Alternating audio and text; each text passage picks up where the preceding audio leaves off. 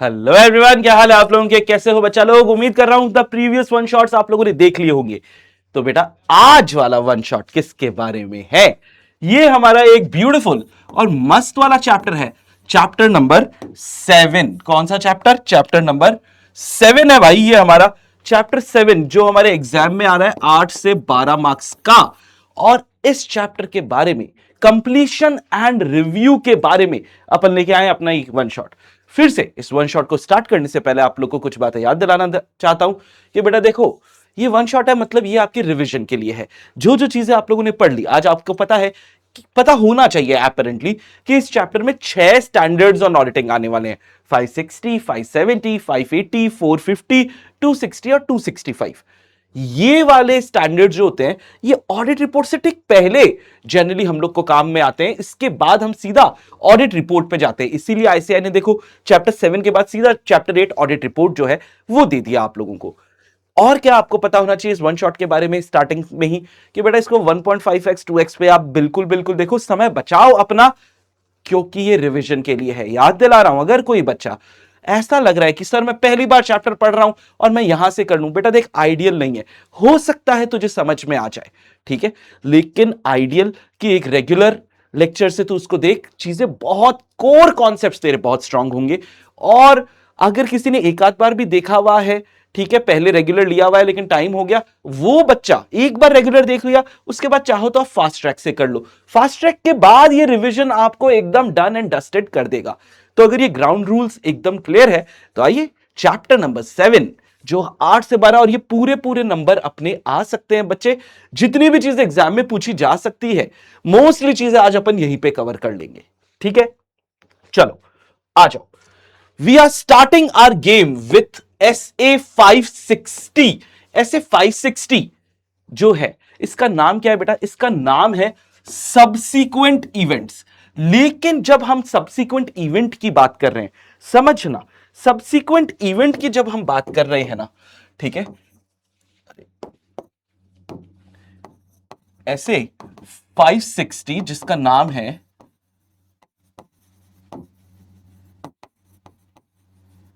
इसमें subsequent event की अगर अपन बात करें तो दो चीजें आती है बेटा।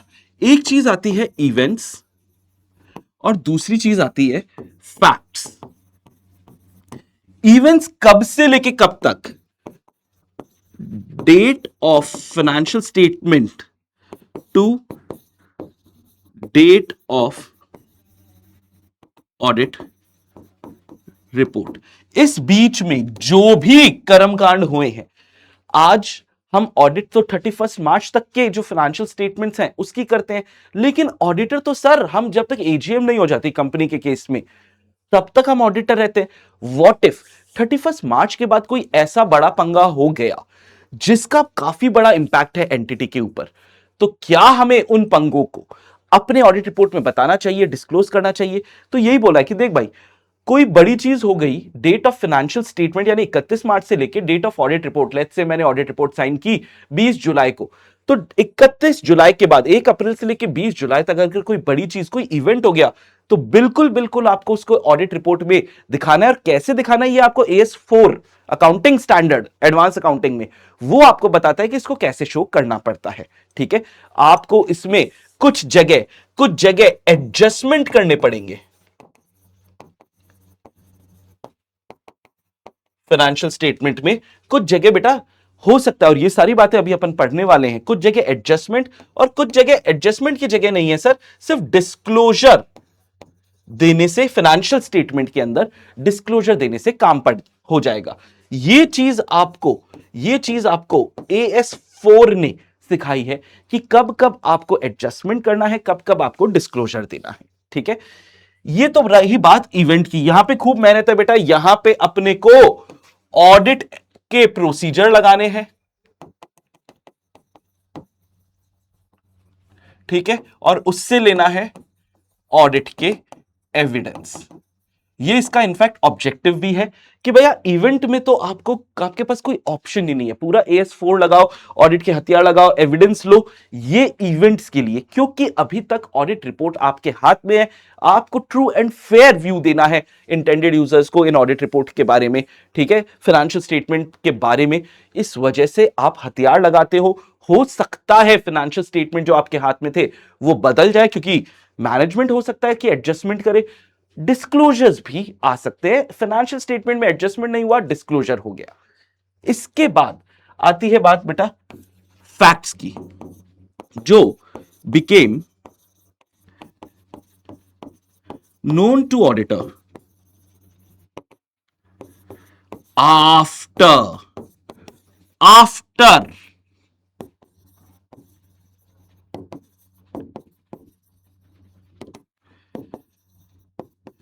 ये ऑडिट रिपोर्ट बन गई, साइन कर दी, उसके बाद कोई कर्मकांड हो गया, क्योंकि साइन करते ही तो आप फ्री नहीं हो जाते ना, आप तब भी ऑडिटर रहते हो भाई, जब तक एजीएम वगैरह कंक्लूड नहीं हो जाती है, ठीक है, तब तक आप ऑडिटर रहते हो। उसके लिए क्या करना है सर? उसके लिए है ना, वैसे तो नो एडिशनल ऑडिट प्रोसीजर, वैसे तो कुछ जरूरत नहीं है, लेकिन ऐसे हो सकता है कि कुछ जरूरत नहीं हो, नहीं कुछ चीजें हैं, वही चीजें अपन यहां पे देखने वाले हैं। तुम्हें कॉन्सेप्ट समझ में आया कि ये काम हो क्या रहा है? तो आइए बेटा, वील बी स्टार्टिंग विथ, सबसे पहले इवेंट से अपन स्टार्ट करेंगे।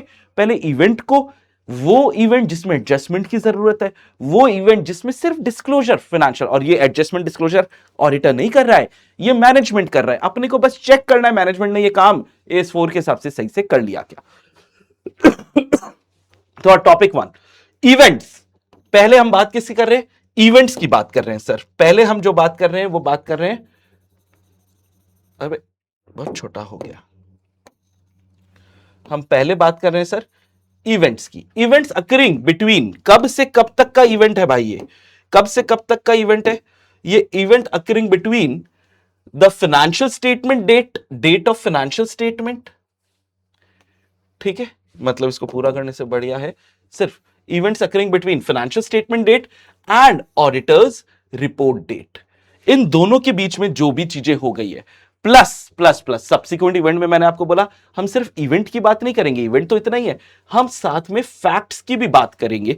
ये facts after the audit report date के बाद जो चीज हो गई उनको अपन फैक्ट बोलते हैं। तो सब्सिक्वेंट इवेंट में बेटा ये दोनों ही चीज आ गई। पहली बात जो अपन कर रहे हैं वो बात अपन किसकी कर रहे हैं? वो बात अपन इवेंट्स की करेंगे, फिर फैक्ट पे आएंगे।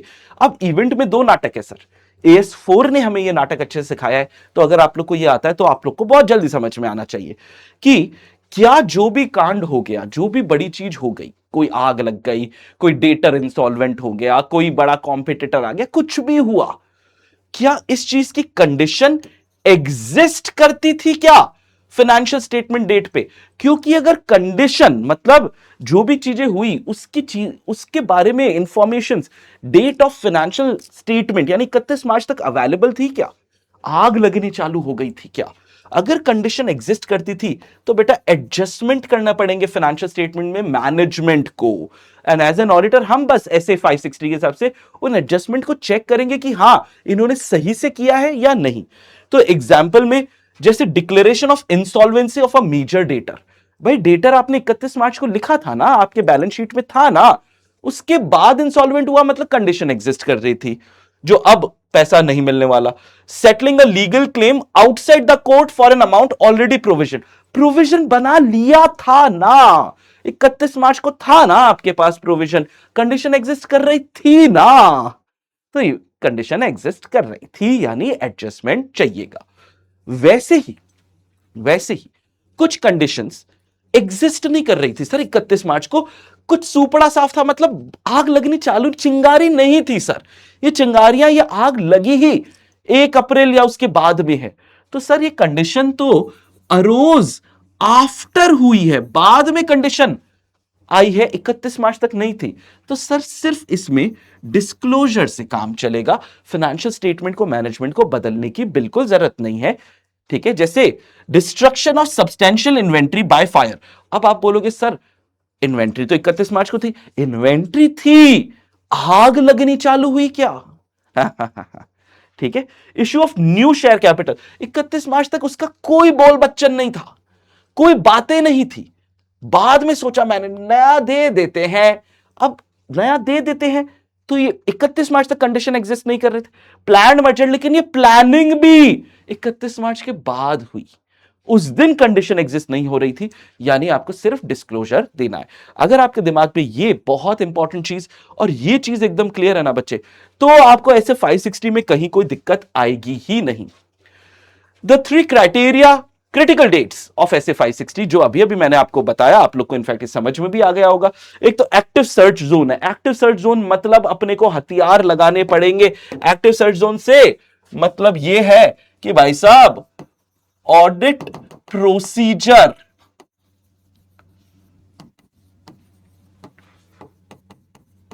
ऑडिट प्रोसीजर भाई अप्लाई करना पड़ेगा। ये लो लिखा हुआ, ये auditor must perform procedures to identify all events requiring, या तो एडजस्टमेंट चाहिएगा भाई, अगर कंडीशन एग्जिस्ट कर रही है तो एडजस्टमेंट चाहिएगा, या डिस्क्लोजर चाहिएगा। कंडीशन 31 मार्च के बाद में आग लगनी चालू हुई तो डिस्क्लोजर। ये पीरियड कौन सा? डेट ऑफ फाइनेंशियल स्टेटमेंट से लेके डेट ऑफ ऑडिट रिपोर्ट तक का, ये जिसमें हमारे इवेंट्स के बारे में बात हो रही है। लेकिन after the date of financial statement की बात करें तो बेटा ये फैक्ट्स का एरिया है। तो सर इसमें भी डेट ऑफ ऑडिट रिपोर्ट हो गई, उसके बाद उसी दिन जनता को, इंटेंडेड यूजर को, क्या वो रिपोर्ट इशू कर दी जाती है? नहीं सर। जैसे अगर मैंने 20 जुलाई को ऑडिट रिपोर्ट साइन की है तो शायद अगस्त में या सितंबर में जब एजीएम होगी तब उस एजीएम पे इंटेंडेड यूजर को दे दी जाती है। तो मतलब तब ये financial statement along with audit report जनता को इशू किए जाते हैं। अब दो चीज हो सकती है, ऑडिट रिपोर्ट साइन तो कर दी सर, साइन करने के बाद आप पूरे यहां पे भी ऑडिटर हो, ठीक है, तो क्या इसके बारे में कुछ बताना होता है? तो बेटा देख, ऑडिट रिपोर्ट तो साइन हो चुकी है, साइन हो चुकी है ना, तो इसके कुछ कंडीशंस होंगी।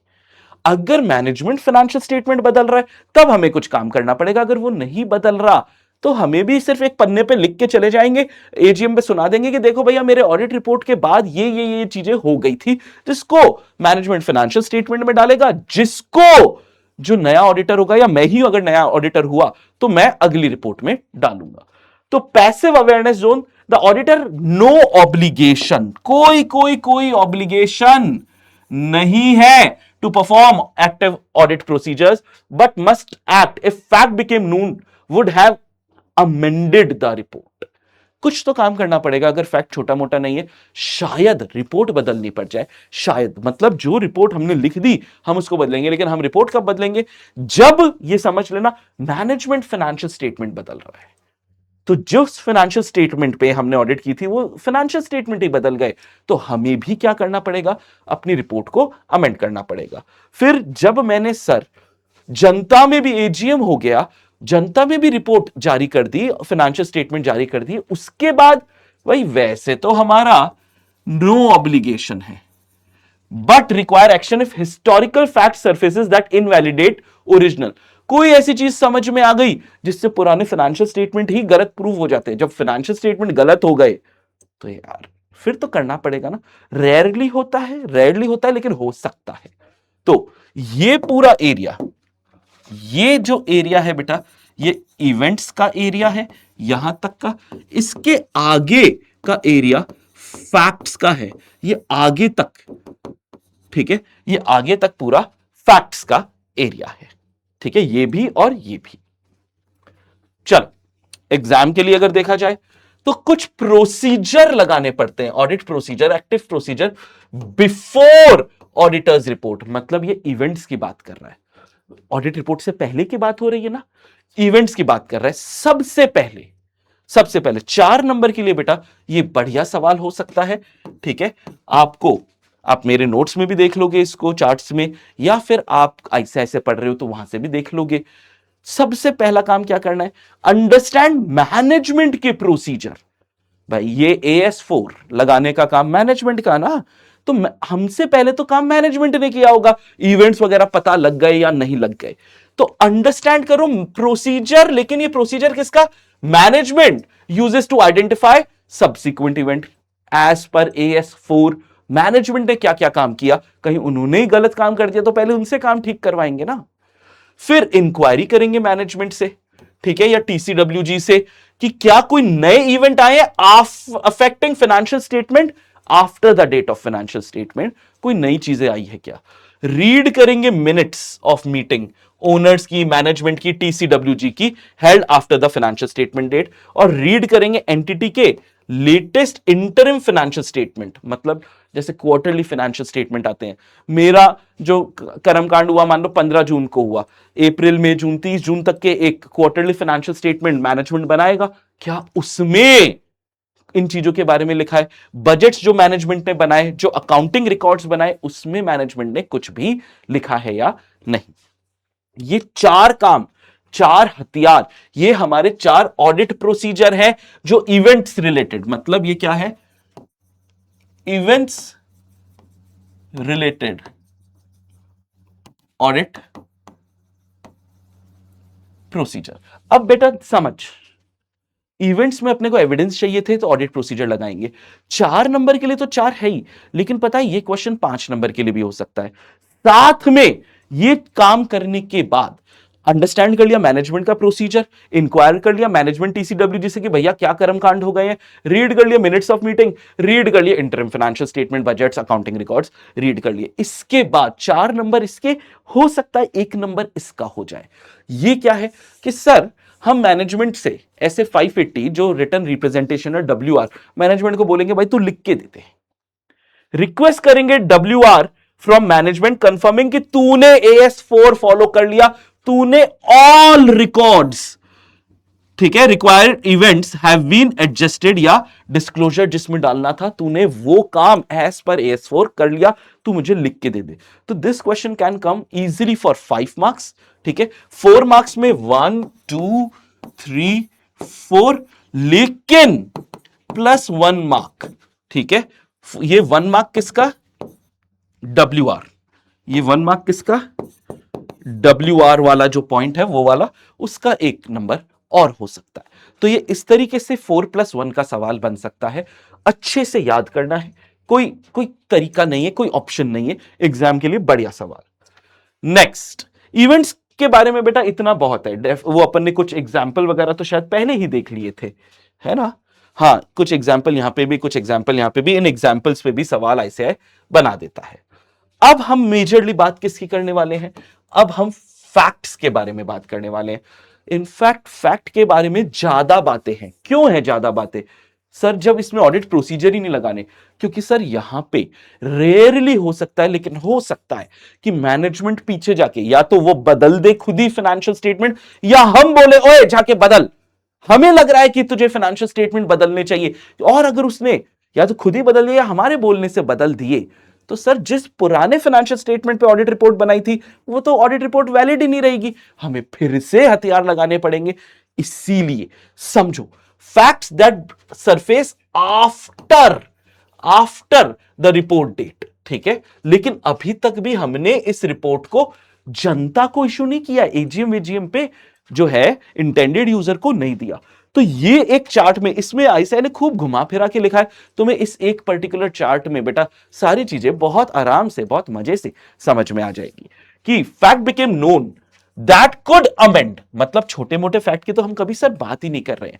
हम बात जब भी करें सिग्निफिकेंट फैक्ट्स, मटीरियल फैक्ट्स, इतना मटीरियल कि हो सकता है उससे ऑडिट रिपोर्ट बदलनी पड़ जाए, उसके बारे में अगर बात कर रहे हैं तो पहला तो काम क्या करेंगे, हम डिस्कस करेंगे विद मैनेजमेंट TCWG और डिटरमाइन करेंगे कि क्या फाइनेंशियल स्टेटमेंट में अमेंडमेंट की जरूरत है। पहले तो हम ये डिस्कस करेंगे, मैनेजमेंट TCWG से पता लगाएंगे, हम खुद पता लगाएंगे कि फाइनेंशियल स्टेटमेंट में अमेंडमेंट की जरूरत है। अगर नहीं है तो बात खत्म, ये नीचे की चीजें बिल्कुल इग्नोर कर देंगे। लेकिन अगर अपने को लगता है हाँ इतना इंपॉर्टेंट चीज हो रखी है कि जी हां साहब फाइनेंशियल स्टेटमेंट में बदलाव की जरूरत है, तो अब हम देखेंगे क्या मैनेजमेंट अमेंड कर भी रहा है क्या। हमें लग रहा है कि फाइनेंशियल स्टेटमेंट बदलने की जरूरत है, मैनेजमेंट अमेंड कर रहा है क्या? या तो मैनेजमेंट अमेंड करेगा या मैनेजमेंट अमेंड नहीं करेगा, दो ही तो ऑप्शन है, ठीक है। अगर मैनेजमेंट फाइनेंशियल स्टेटमेंट को बदल देता है, वो फाइनेंशियल स्टेटमेंट जिसके बेसिस पे हमने हथियार ऑडिट पूरी की थी, प्लानिंग की, स्ट्रैटेजी बनाई, ये वो पूरी ऑडिट कर दी थी, जिस फाइनेंशियल स्टेटमेंट के आधार पे वो फाइनेंशियल स्टेटमेंट ही बदल गए, तो सर जब अब नए फाइनेंशियल स्टेटमेंट्स आए हैं तो उस पे भी हथियार लगाने पड़ेंगे ना sir. Carry out procedures on the amendment और एक्सटेंड ओवरऑल प्रोसीजर। एक नई रिपोर्ट, एक नई डेट आएगी, ऑब्वियसली पुराने वाली ऑडिट रिपोर्ट के बाद की ये ऑडिट रिपोर्ट की डेट होगी। New auditor's report dated no earlier than approval of amendment. Management ने अमेंडमेंट अप्रूव किया, अप्रूव होने के बाद मैनेजमेंट ने उसको क्या किया होगा, उसको मैनेजमेंट ने अकाउंटिंग में एडजस्ट किया होगा। अकाउंटिंग में एडजस्ट करने के बाद हम हथियार लगाएंगे और नई रिपोर्ट। तो हमारी रिपोर्ट की डेट अमेंडमेंट की डेट से पहले तो हो ही नहीं सकती ना।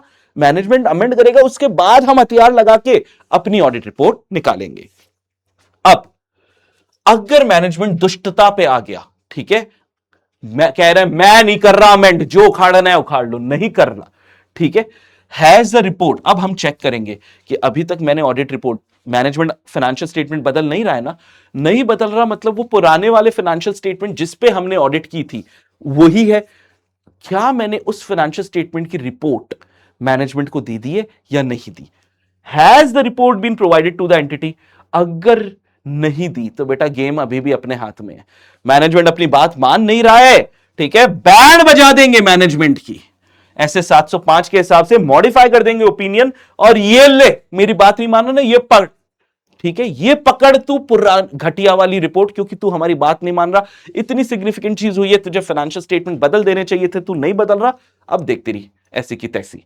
लेकिन क्या हुआ, अगर हमने ये ऑडिट रिपोर्ट मैनेजमेंट को दे दी, अब हमारे हाथ से चीजें निकल गई बेटा, हमने ऑडिट रिपोर्ट दे दी, हाथ से चीजें निकल गई, तो पहले तो हम मैनेजमेंट और टीसीडब्ल्यूजी को बोलेंगे, ओए मैनेजमेंट टीसीडब्ल्यूजी, ठीक है तुम्हारे पास रिपोर्ट है, लेकिन जब तक तुम फाइनेंशियल स्टेटमेंट चेंज ना कर दो, तुम इस रिपोर्ट को थर्ड पार्टी को नहीं देना।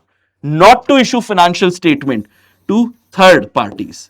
लेकिन वो कहता है हम तो देंगे, क्या कर लेगा रे auditor, if they issue anyway, तो भैया हमारे बस में जितना होगा ना वो एक्शंस लेंगे, ठीक है, ताकि इंटेंडेड यूजर हमारी इस रिपोर्ट पे भरोसा, मैं खबर छपवा दूंगा अखबार में, रेडियो पे बजवा दूंगा, बड़े बड़े बिलबोर्ड, भाई जो भी आपको करना है आप करो, लेकिन आप कुछ तो करो ताकि इंटेंडेड यूजर आपकी इस रिपोर्ट पे भरोसा नहीं करे, क्योंकि आपको लगता है कि ये रिपोर्ट जो है ये उस फाइनेंशियल स्टेटमेंट पे बनी हुई है जो गलत थे, जिनको बदलना चाहिए था, लेकिन मैनेजमेंट दुष्ट है, बदल नहीं रहा।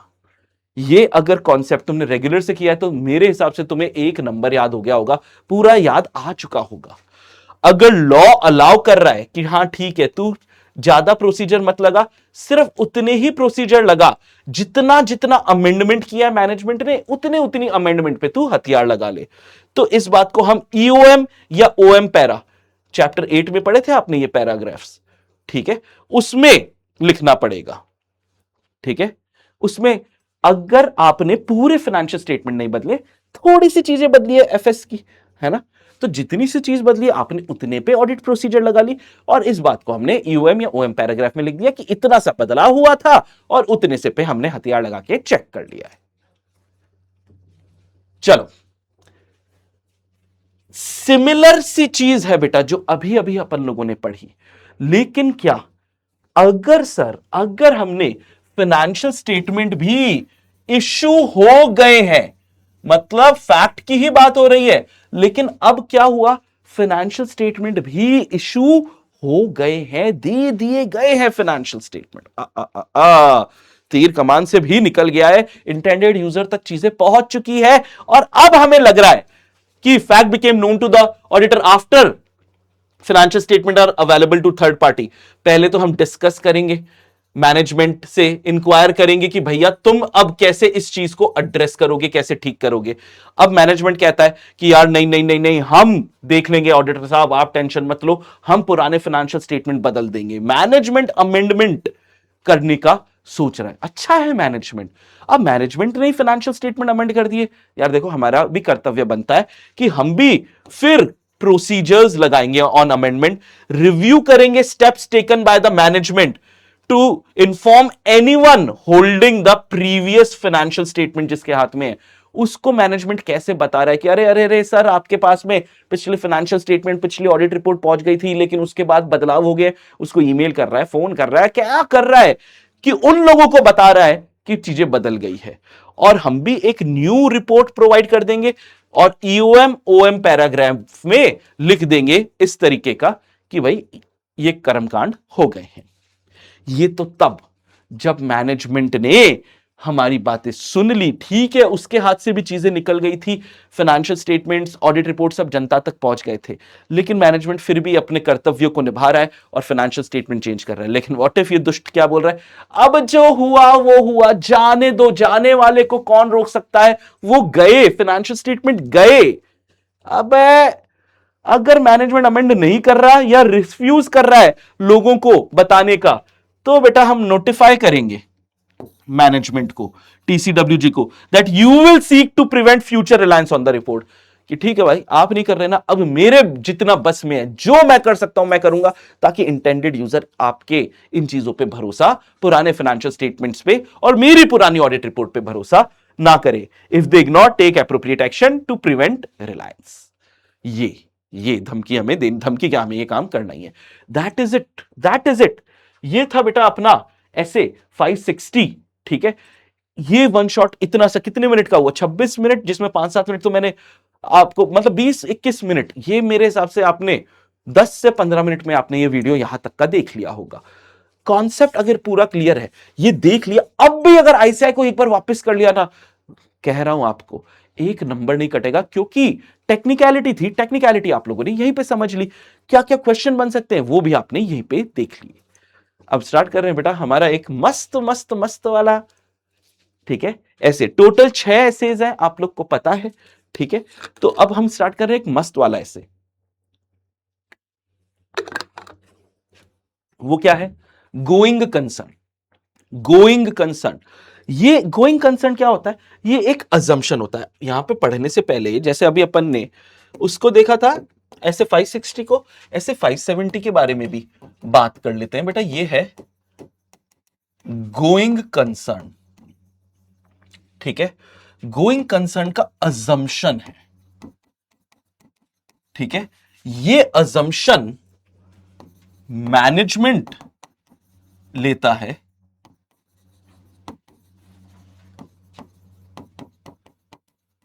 शन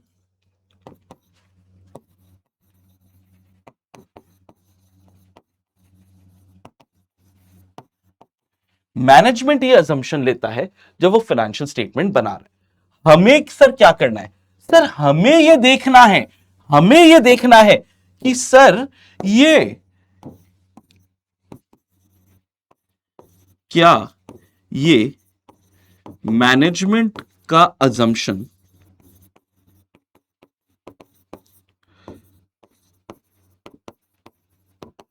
सही है। मैनेजमेंट, देखो यार, अगर आपको पंगे लग रहे हैं, ठीक है, दिक्कतें लग रही है, तो बेटा आप कभी गोइंग कंसर्न का अजम्पशन लोगे नहीं। गोइंग कंसर्न अजम्पशन लेते हो आप, बुक्स को अक्रूवल बेसिस पे बनाते हो। लेकिन अगर आपको गोइंग कंसर्न नहीं दिख रही है entity, that is okay, that is okay. आपको अकाउंट्स कैश बेसिस पे बनाने पड़ेंगे, ये बात पक्की पक्की है। जो भी पंगा है मैनेजमेंट को, अगर मैनेजमेंट को लगता है कि हाँ एंटिटी गोइंग कंसर्न है, लिख दे भाई, फाइनेंशियल स्टेटमेंट भी गोइंग कंसर्न पे बना, इस बात का डिस्क्लोजर भी दे दे। लेकिन अगर तुझे लगता है कि ना ना गोइंग कंसर्न नहीं है एंटिटी, तो कैश बेसिस पे बना, इस बात का डिस्क्लोजर दे दे। यही बातें ऑडिटर चेक करता है कि उसने ये काम किया या नहीं किया। और यही बातें अपन ऐसे 570 में देखने वाले हैं कि मैनेजमेंट ने अपना काम किया, और अगर नहीं किया तो बैंड कैसे बजानी है मैनेजमेंट की, ये चीजें हम लोग सोच लेंगे। तो आइए देखते हैं। द गोइंग कंसर्न अजम्पशन है, ये एक अजम्पशन है। अजम्पशन क्या है कि enterprise is viewed as continuing operation, entity is viewed as continuing operation for the foreseeable future. हमारे एंटिटी, क्योंकि गोइंग कंसर्न है, वो अपने एसेट्स को रियलाइज भी कर पाएगी, मतलब बेच पाएगी, एसेट्स को बेच पाएगी, और जितनी भी उसकी लायबिलिटियां हैं उनको डिस्चार्ज कर पाएगी, रियलाइज कर पाएगी एसेट्स को, डिस्चार्ज कर पाएगी लायबिलिटी को। अगर आपके एसेट्स की कोई मार्केट में वैल्यू है, कोई खरीदार है, मतलब बिक जाएंगे, डेड नहीं है वो, आपकी इतनी औकात है या एसेट्स बेच के हो जाएगी कि आपकी जितनी लायबिलिटियां दिख रही है आप उनको चुका पाओगे। तो बेटा ये काम in the normal course of business management must assess this. ये चेक करने की जिम्मेदारी पहली किसकी? मैनेजमेंट की। मैनेजमेंट पहले गोइंग कंसर्न का अजम्पशन लेगा, असेसमेंट करेगा कि वो है गोइंग कंसर्न या नहीं है, ये उनकी पहली जिम्मेदारी। उसके बाद हम चेक करेंगे कि उन्होंने अपनी जिम्मेदारी निभाई या नहीं। Management must assess this even if उनका जो एप्लीकेबल एफआरएफ है does not explicitly require this. वो नहीं बोलता आपको गोइंग कंसर्न का असेसमेंट करना है, नहीं भी बोले तो भी मैनेजमेंट तुमको करना पड़ेगा, ऑप्शन नहीं है मैनेजमेंट आपके पास। ठीक है, ये होना चाहिए। ये आइडियल सिचुएशन। देखो प्लांट कितना हरा भरा, ठीक है, बागबां खिला है, वाह वाह वाह वाह।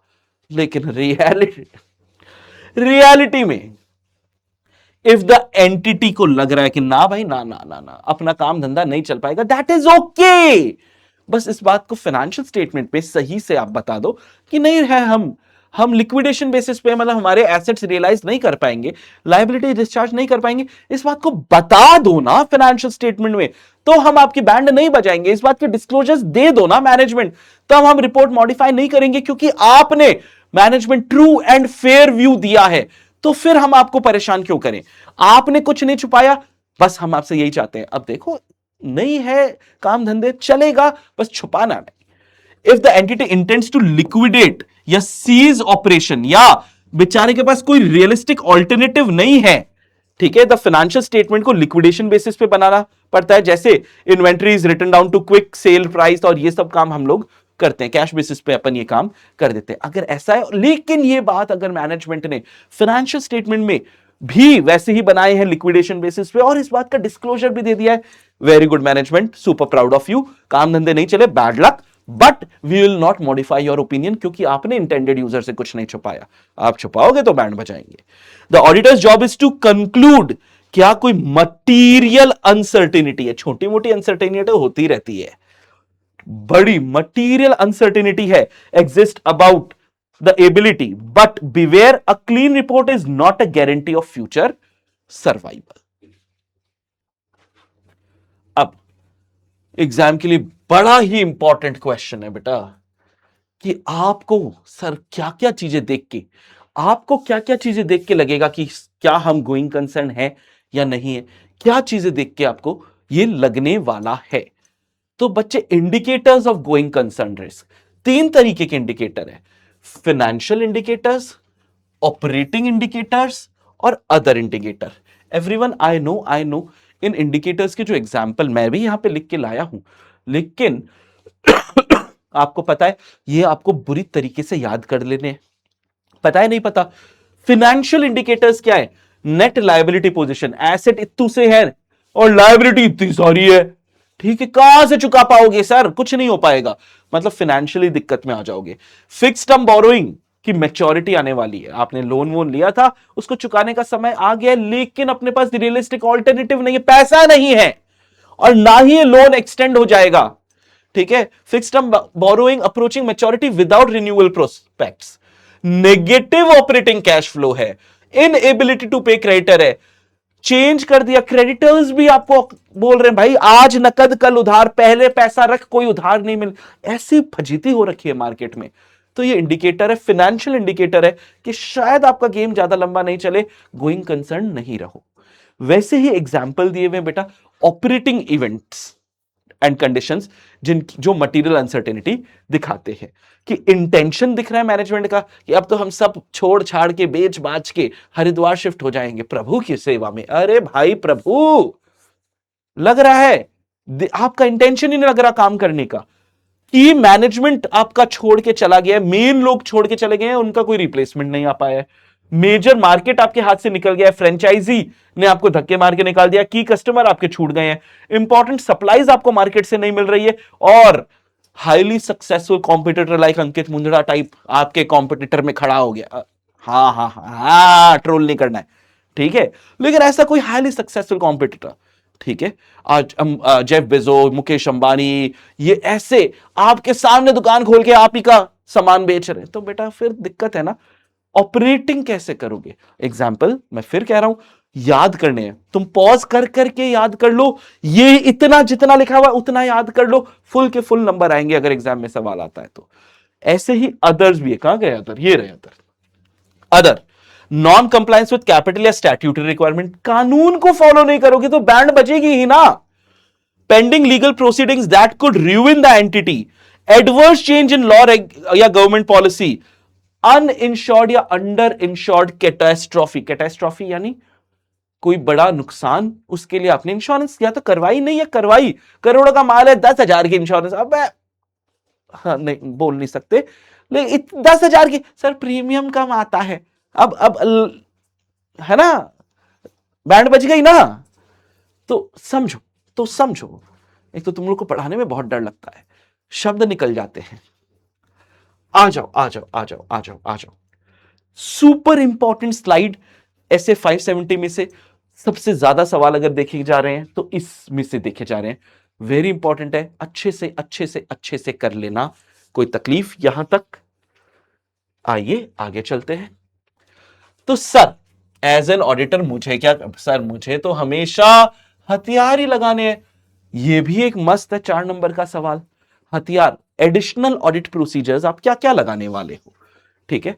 सबसे पहला, और एग्जाम में खूब बार पूछा हुआ भी गया है, सबसे पहले रिक्वेस्ट करेंगे मैनेजमेंट कि आप गोइंग कंसर्न का असेसमेंट करो, अगर उन्होंने असेसमेंट अभी तक नहीं किया है तो हम उनसे रिक्वेस्ट करेंगे प्लीज देवता मैनेजमेंट जाओ और गोइंग कंसर्न का असेसमेंट करो अगर नहीं किया है, और इवैल्यूएट करो उनके प्लान फॉर फ्यूचर एक्शन। आज दिक्कतें हैं, दिक्कत है, बिजनेस में दिक्कतें आती रहती है, लेकिन हम हाथ पे हाथ धर के नहीं बैठ जाते ना, हम प्लान बनाते हैं कि फ्यूचर में अब इस दिक्कत से हम कैसे निपटेंगे, हम बैंक से और लोन लेंगे, हम हमारे कोई मेजर एसेट को बेच देंगे, उससे पैसा आएगा, उससे हम अपनी सिचुएशन ठीक करेंगे।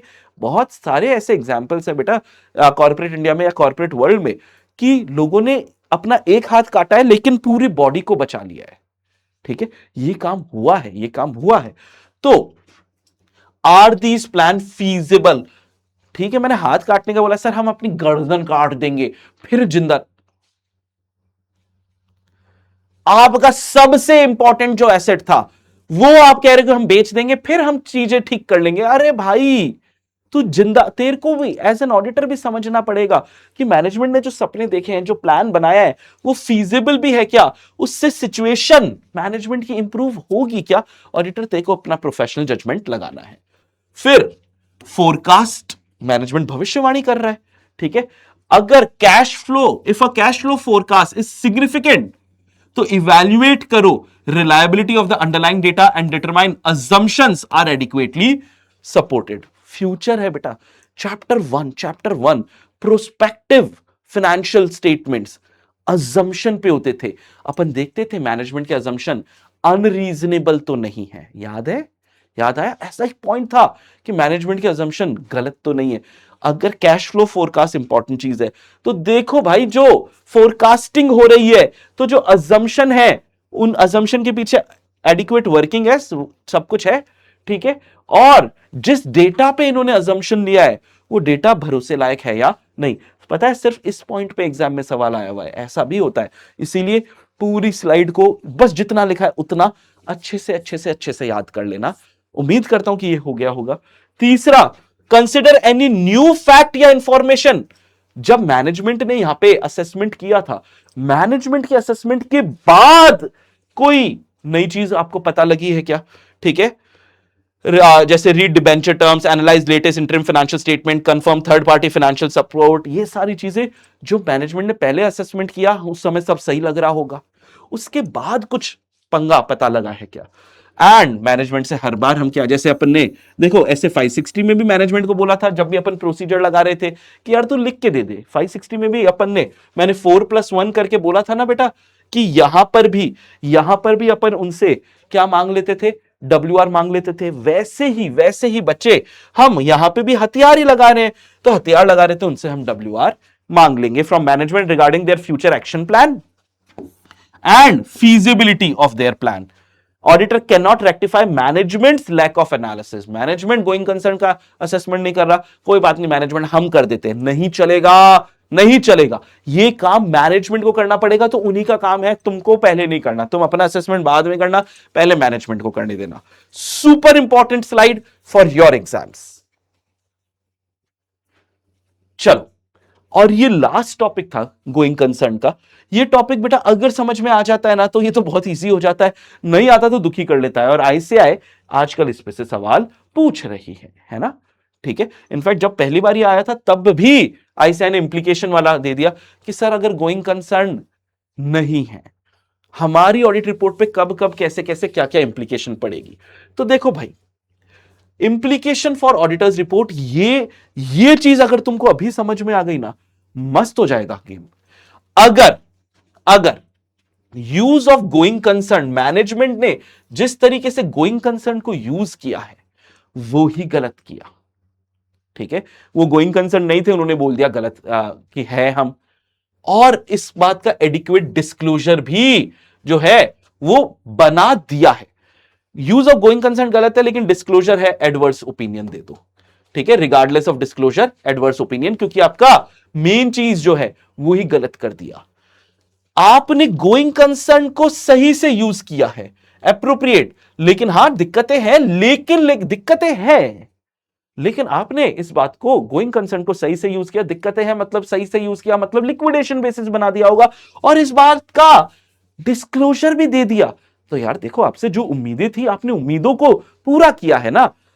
ठीक है, दिक्कतें हैं, लेकिन आपने गोइंग कंसर्न बेसिस पे, लिक्विडेशन बेसिस पे अकाउंट्स बना लिए होंगे, और इस बात को डिस्क्लोज भी कर दिया। बेटा हम बैंड नहीं बजाएंगे मैनेजमेंट की, हम उनका साथ देंगे इस विषम परिस्थितियों में, हम अनमॉडिफाइड ओपिनियन देंगे, ठीक है। हां, एक सेपरेट सेक्शन हम ऑडिट रिपोर्ट में डाल देंगे कि material uncertainty relating to going concern है, ताकि यूजर्स का अटेंशन आ जाए। हम उसमें बता देंगे कि मटेरियल अनसर्टेनिटी है, लेकिन हम यह भी बताएंगे कि मैनेजमेंट का use of going concern appropriate है, हमारी ओपिनियन मॉडिफाइड नहीं है। ये तीन चीजें मैंने यहां पे लिखी नहीं होंगी, लेकिन तुमको क्वेश्चन जब रेगुलर बैच था वहां पे कराई, अगर नहीं किए तो बेटा वहीं पे जाके अच्छे से कर लेना कि इस एडिशनल वाली चीज के अंदर क्या क्या चीजें आती है। वैसे तो मुझे लगता है कि तुम्हें याद आ गई होगी। तीसरा, गोइंग कंसर्न का यूज भी गलत किया और उसका इनएडिक्वेट डिस्क्लोजर या डिस्क्लोजर ही नहीं दिया, बैंड बजा दो भाई, एडवर्स ओपिनियन दे दो। क्योंकि देखो, use of going concern he inappropriate है ना, तो हम डिस्क्लोजर दिया नहीं दिया सर हमें फर्क नहीं पड़ता, हम एडवर्स ओपिनियन देंगे। लेकिन गोइंग कंसर्न का बेसिस तो सही था, इस बात को उसने डिस्क्लोज नहीं किया या गलत तरीके से डिस्क्लोज किया, तो सर बैंड तो बजानी पड़ेगी। लेकिन इस बार एडवर्स नहीं है, इस बार क्वालिफाइड या एडवर्स है। State the material uncertainty in the basis for opinion section, हमें यह करना पड़ेगा। वार्निंग क्या है? What if management refuses to make और extend this assessment when asked, तो बेटा फिर आपको दिख नहीं रहा होगा लेकिन नोट्स में आ जाएगा, क्वालिफाइड या डिस्क्लेमर ऑफ ओपिनियन देनी पड़ेगी। अगर मैनेजमेंट असेसमेंट नहीं कर रहा और मैनेजमेंट ने गोइंग कंसर्न का असेसमेंट नहीं किया, ये lack of assessment by management ही हमारा काम नहीं है। और मैनेजमेंट असेसमेंट नहीं कर रहा है, वो चेक ही नहीं करना चाह रहा कि गोइंग कंसर्न है नहीं है, मटीरियल अनसर्टेनिटी है नहीं है, सीधा क्वालिफाइड या एडवर्स डिस्क्लेमर ओपिनियन दे दो, ठीक है। Inability to obtain sufficient appropriate evidence के बोल पे। तो क्या क्या समझ में आ गया?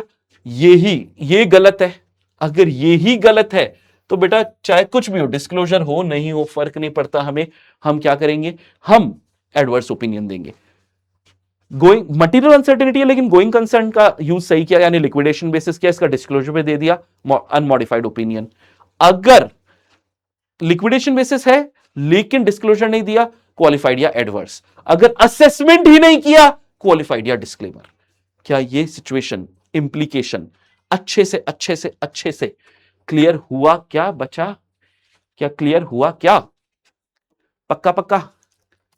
अगर हुआ तो बेटा इस चैप्टर में 3 एसेज जो हैं जिनमें से मेजर सवाल आते हैं, 560, 570, 580, 560, 570 हमारा रिवाइज हो चुका है।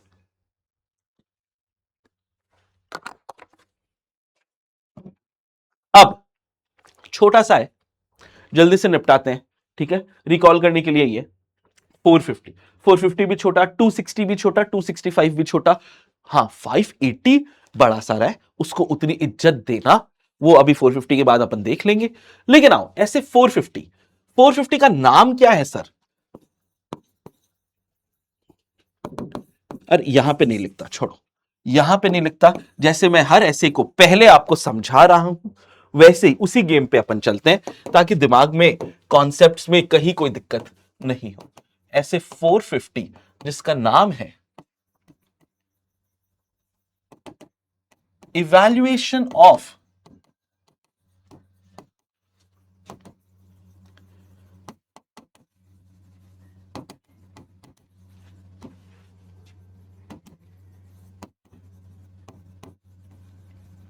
ऑडिट के दौरान, ऑडिट के दौरान हुआ क्या? आप ऑडिट कर रहे थे, ठीक है, आप कौन, आप ये, ठीक है, हमारा ऑडिटर, ठीक है, ऑडिट प्रोसीजर लगा रहा था। किस पे ऑडिट प्रोसीजर लगा रहा था? जो एंटिटी ने फाइनेंशियल स्टेटमेंट्स दिए हैं, ठीक है, जो एंटिटी ने फाइनेंशियल स्टेटमेंट दिए हैं उस पे ऑडिट प्रोसीजर लगा रहा था। ऑडिटर प्रोसीजर लगाते टाइम उसको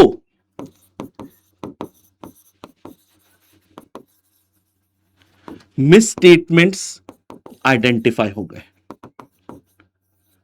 ठीक है, उसको क्या हो गए? मिस स्टेटमेंट्स मिल गए। जब ऑडिटर ऑडिट कर रहा था, ऑडिट के procedure, financial statements, financial information जिस पे भी वो लगा रहा है, तो उसको क्या हो गया? मिस स्टेटमेंट्स मिल गए। अब मिल गए तो उसने क्या किया? ठीक है, इन मिस स्टेटमेंट्स को कम्युनिकेट कर दिया मैनेजमेंट को, ठीक है,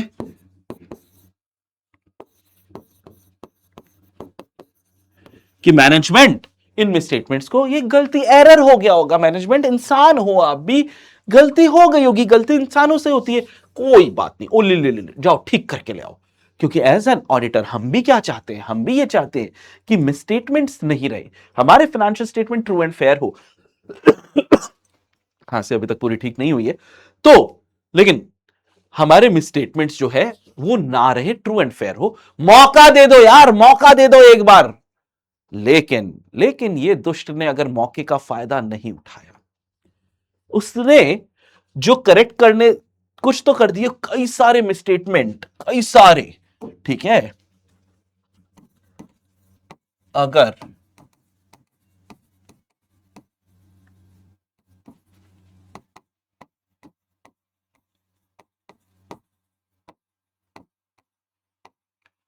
अगर मिसस्टेटमेंट्स अनकरेक्टेड रह गए, अब देखो यार, छोटे मोटे हो इग्नोर मारो, है ना, लेकिन ये जो अनकरेक्टेड मिसस्टेटमेंट्स है, ये जो अनकरेक्टेड मिसस्टेटमेंट्स है, क्या ये मटीरियल भी है? ठीक है, मटीरियल, चाहे इंडिविजुअली,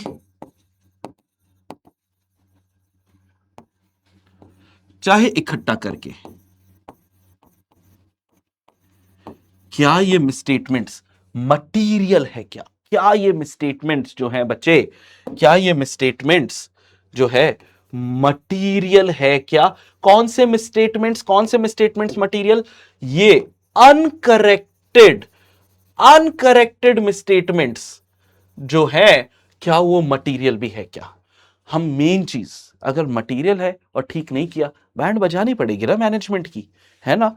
बस ये चीजें अपन ऐसे 450 में देख रहे हैं, जिसका नाम है evaluation of misstatement identified during the audit. तो द मटीरियलिटी फनल क्या है? Misstatement arise from inaccuracies in processing data और omission of amounts, disclosure, wrong capitalisation हो गया, 5 लाख का मशीनरी का रिपेयर में ऐसा करके कुछ ना कुछ हो गया पंगा, रेक्टिफिकेशन ऑफ एरर होता है ना, मैनेजमेंट जाओ ना कर लो। हमने सारे मिसस्टेटमेंट इकट्ठे करके किसको दे दिए? मैनेजमेंट दे, जा जा जा जा ठीक करके ला। हमने सारे मिसस्टेटमेंट उठा के उसमें डाल दिए, ठीक है। और क्या हुआ? मैनेजमेंट ने उनको ठीक भी कर लिया। जो है the auditor accumulates all identified misstatements except those that are clearly trivial. छोटे मोटे हैं मिसस्टेटमेंट्स, उनको हटा, लेकिन उनको बाकियों को जो मटीरियल मिसस्टेटमेंट्स है उनको इकट्ठा कर the threshold must be documented, मतलब कितना मटेरियल है कितना इमटेरियल है ये आपको पता होना चाहिए।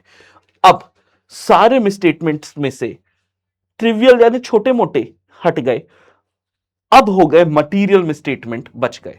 Watch this bucket, if the aggregate approaches materiality, ये अनकरेक्टेड मिसस्टेटमेंट है। हमने पहले मौका दिया उन्होंने हमें वापस दे दिया, वापस दिया हमने वापस ठीक करके कि हाँ सर हमने ठीक कर लिया, ठीक करके उन्होंने जब हमें वापस दिए सारी चीजें हमने उठा के इसमें डाल दिया, उसमें से जो छोटे मोटे मिसस्टेटमेंट अनकरेक्टेड थे वो निकल गए। लेकिन अभी भी अगर तुम्हें लगता है कि जो मिसस्टेटमेंट्स अनकरेक्टेड है वो बच गए और वो मटेरियल है, वो धीरे धीरे मटेरियलिटी लेवल तक जा रहा है, ठीक है, और नेचर इंडिकेट्स कि और ज्यादा मिसस्टेटमेंट एग्जिस्ट कर सकते हैं, auditor must determine if the overall audit strategy needs revision, कि यार ये मैनेजमेंट बात नहीं मान रहा। तो क्या हुआ, वापस से कहानी, ऑडिटर ने ऑडिट के प्रोसीजर लगा के उसको मिसस्टेटमेंट मिले, मिसस्टेटमेंट को उसने मैनेजमेंट को दे दिए, जा करेक्ट करके ला। अब करेक्ट करके ला, मैनेजमेंट ने करेक्ट करके तुमको मिसस्टेटमेंट वापस दे दिए, तो मैंने सारे मिसस्टेटमेंट को इस फनल में डाल दिया। फनल में डाल के जो छोटे मोटे अनकरेक्टेड मिसस्टेटमेंट्स थे उनको इग्नोर मारो, उनको छोड़ दो, ठीक है, हर छोटी मोटी चीज पे ध्यान नहीं देना, उनको छोड़ दो। लेकिन अनकरेक्टेड मिसस्टेटमेंट जो अभी भी अनकरेक्टेड है और मटेरियल भी है और वो धीरे धीरे चाहे इंडिविजुअली चाहे एग्रीगेट होकर मटेरियलिटी के पास जा रहे हैं, तो भाई तब आपको कंसिडर करना पड़ेगा और देखना पड़ेगा आपको अपनी ऑडिट की स्ट्रेटजी को रिवाइज करना है। तुम्हारे हिसाब से क्या मटेरियलिटी लेवल है, तुमको इस बात को डॉक्यूमेंट भी करना है। अब ऐसे अनकरेक्टेड मिसस्टेटमेंट्स को आप हैंडल कैसे करोगे बेटा, एग्जाम के लिए ऐसे 450 में से सबसे इंपॉर्टेंट चीजों में से यही है, ठीक है। बस याद रखना एक पॉइंट तो हर जगह क्या आने वाला है, ऑब्टेन WR, ये वाला पॉइंट तो बच्चे हर जगह आने ही वाला है। तो हैंडलिंग अनकरेक्टेड मिसस्टेटमेंट, कम्युनिकेट कर दो, communicate all accumulated misstatement to the appropriate level of management और उनसे रिक्वेस्ट करो कि प्लीज ठीक कर दो, मैनेजमेंट प्लीज तुम ठीक कर दो, ठीक है, हम भी तो यही चाहते हैं, है ना, कि मैनेजमेंट तुम इन मिसस्टेटमेंट्स को ठीक कर दो। मैनेजमेंट कह रहा है बप ठीक कर दो, यही काम बचा हुआ है हमारे लिए, मैनेजमेंट रिफ्यूज कर रहा है। सुनो, ऐसे बुरा नहीं मानना, अंडरस्टैंड करो, भाई का ब्रेकअप मतलब कुछ हुआ होगा भाई की लाइफ में, क्यों रिफ्यूज कर रहा है वो आपको। If management refuses, obtain an understanding कि भाई तू आ बैठ चाय पिलाता हूं तेरे को, understanding of their reason, take this into account when evaluating financial statement. फिर आप अपनी मटीरियलिटी को चेक करो, रीअसेस मटीरियलिटी एज पर ऐसे 320 कि आपने तो जो मटीरियलिटी लेवल सेट किया था वो सही किया था, कहीं आपसे ही तो गलती नहीं हो गई है। आर अनकरेक्टेड मिसस्टेटमेंट मटीरियल, चाहे इंडिविजुअली चाहे aggregate, consider size, nature, effect of the prior period misstatements को भी आपको चेक करना पड़ेगा इसके लिए। एंड फाइनली अगर आपको लगता है ठीक है भाई तेरा रीजन तूने दे दिया, मुझे ठीक नहीं लगा, मैंने रीअसेस कर ली मेरी मटेरियलिटी, मेरे को लग रहा है अभी भी वापस से चेक करके भी मेरे को तो ठीक लग रहा हूं मैं, बट अब मैनेजमेंट की है ना चुगली कर दूं, ठीक है, मैं तेरी चुगली करूंगा। किसको चुगली कर दो, मैनेजमेंट के पप्पा को बोल दो, ठीक है, TCWG को कम्युनिकेट अनकरेक्टेड मिसस्टेटमेंट और उनको ये बोल दो पापा जी, अगर आपके ये मैनेजमेंट ने, मैं आपको बस वार्निंग दे रहा हूं कि ठीक नहीं किया, ये फालतू के रीजन मेरा ब्रेकअप हो गया था, ठीक है, अगर ठीक नहीं किया ना आप सोच लेना कि ऑडिट रिपोर्ट कैसे आने वाली है, मैं इन शब्दों का प्रयोग करूंगा ऑडिट रिपोर्ट में, communicate uncorrected misstatement and their effect on the opinion to TCWG, और उनसे बोलेंगे कि भाई ठीक कर लो, मान जाओ TCWG ये तो बच्चा बुद्धि लगा रहा है, आप तो बड़े हो, आप तो समझदार हो, नहीं तो सोच लेना और लिख लो TCWG, अरे छोड़ दो बच्चा है, छोटी मोटी मिसस्टेटमेंट से होता रहता, छोटी मोटी लग रही है ना TCWG तुमको भी, लिख के दे दो ना, ताकि आगे जब पंगा फंसेगा तो मैं भी दिखाऊंगा, देखो इस मैनेजमेंट ने भी लिख के दिया है कि ऑडिटर फालतू ही नाच रहा है इतनी छोटी मोटी बातों पे, TCWG भी कर रहा है ये तो छोटी मोटी बातें है। तो obtain WR from management TCWG, देखिए ये बिलीव करते हैं कि जो अनकरेक्टेड मिसस्टेटमेंट है वो इमटेरियल, तो लिख के, क्योंकि मटेरियल होता तो तुम ठीक कर ही देते ना, तुमको लग रहा है कि ये इमटेरियल है, लिख के दे दे, ताकि जब बात फटेगी ना, मैं दिखाऊंगा पूरी दुनिया को ये पेपर कि इनको ये इतनी बड़ी सारी चीजें इमटेरियल लग रही थी, ये रईस के हाँ, तो उनको ये इमटेरियल लग रही थी, मैं दिखा दूंगा ये बात। ये काम बेटा अनकरेक्टेड स्टेटमेंट में ये, और ऐसे 450 का the only important thing is this कि आपको क्या करना है। आपको अगर कॉन्सेप्ट समझ में आ गया, ठीक है, ये वाला कॉन्सेप्ट, ये वाले कॉन्सेप्ट के बाद ये वाला कॉन्सेप्ट, इसके बाद आपको क्या करना है ये समझ में आ गया, तो that was it, that was our SA 450। डनाडन डनाडन, पक्का पक्का। तो बेटा 3 ऐसे हो गए, 560, 570, 580, 560, 570, 450। अब आएगा एक बड़ा सारा ऐसे, ये कौन सा है कि सर हम बार बार देख रहे हैं कि WR लेना होता है, ये पंगा है क्या सर WR का? रिटर्न रिप्रेजेंटेशन, ठीक है, ये क्या नाटक है?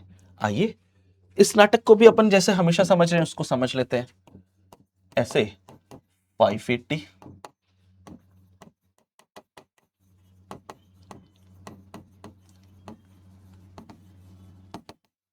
रिटर्न रिप्रेजेंटेशन, ठीक है।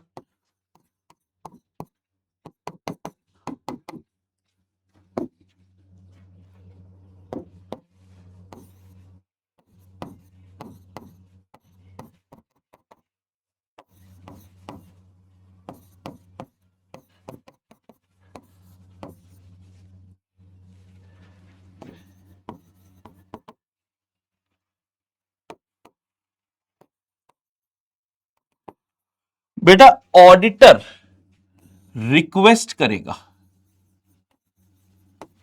ऑडिटर रिक्वेस्ट करेगा मैनेजमेंट से अलग अलग चीजों के लिए, अलग अलग समय रिटर्न रिप्रेजेंटेशन की वो रिक्वेस्ट करेगा।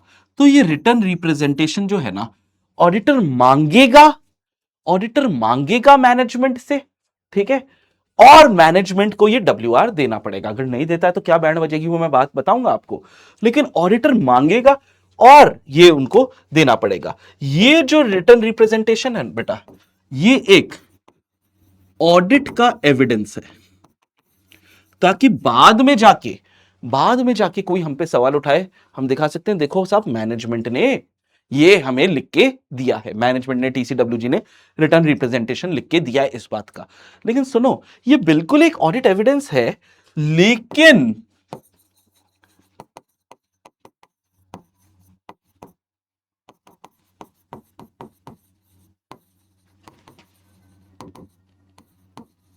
ऑन देयर ओन, सिर्फ इसके भरोसे आप ऑडिट नहीं कर सकते बच्चे, ठीक है। जी हां, ये एक इंपॉर्टेंट है, बिल्कुल इंपॉर्टेंट है, ठीक है, सफिशिएंट एप्रोप्रिएट है, बिल्कुल है, लेकिन सिर्फ इसके भरोसे आपने ऑडिट, आपको लग रहा है कि आप कर दोगे, तो आप गलत हो, ठीक है, आप गलत हो। सिर्फ इसके भरोसे ऑडिट नहीं करनी, ये लेना है, ये कंपलसरी है, ठीक है, कंपलसरी। ये आपको मैनेजमेंट से अलग अलग चीजों के बारे में ये WR लेना है, लेकिन सिर्फ ये अकेला नहीं होना चाहिए। ये सपोर्टिंग रोल में बहुत सही है, ये मेन एक्टर नहीं है बेटा। याद आ गया, याद आ गया अरशद? तो आ जाओ, अपन इसी के बारे में पढ़ने वाले हैं, रिटर्न रिप्रेजेंटेशन, ठीक है।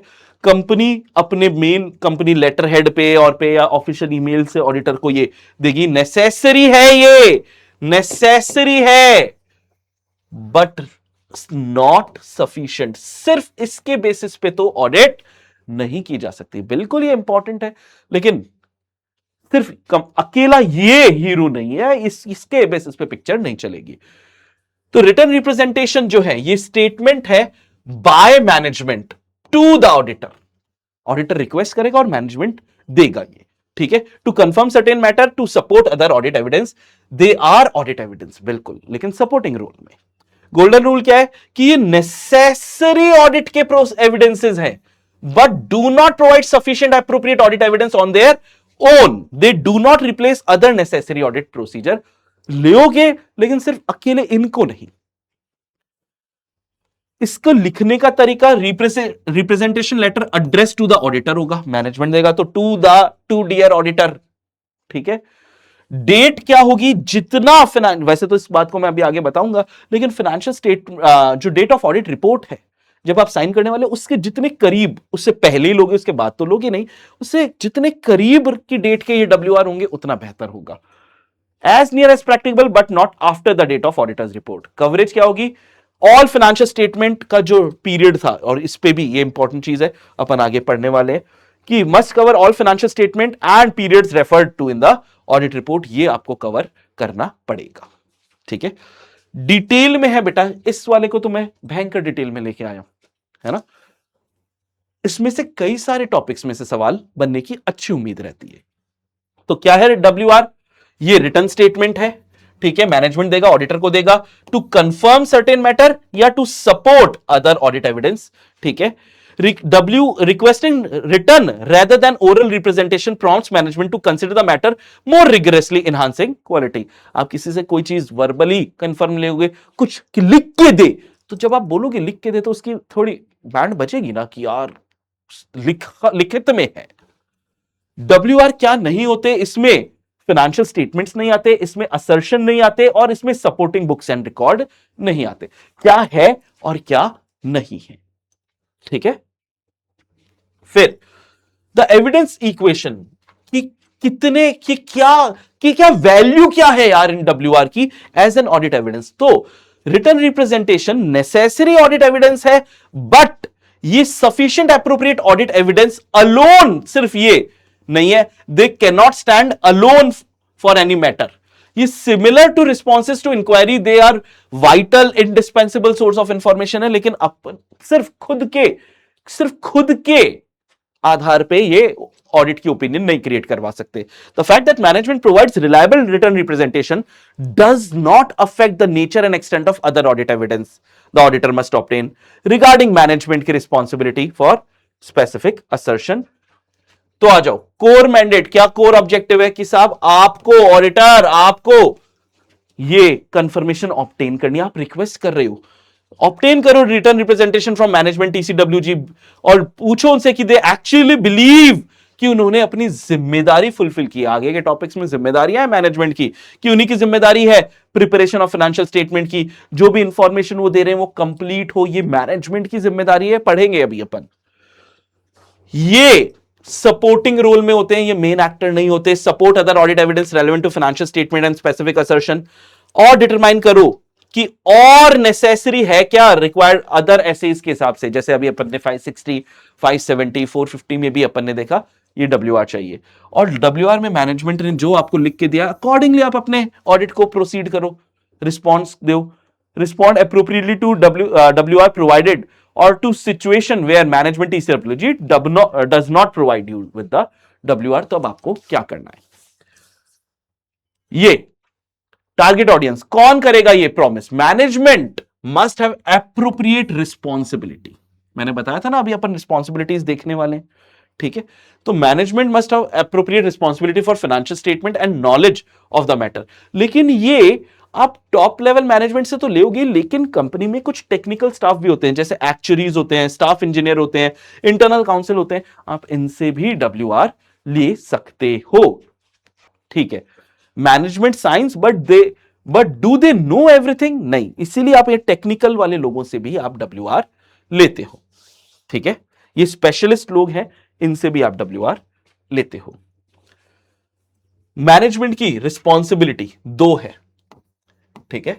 मैनेजमेंट्स, वैसे तो मैंने आपको चार्ट में एग्जाम में पॉइंट वाइज बनाने के लिए कई सारे पॉइंट लिखवाए, अभी कॉन्सेप्ट के लिए है।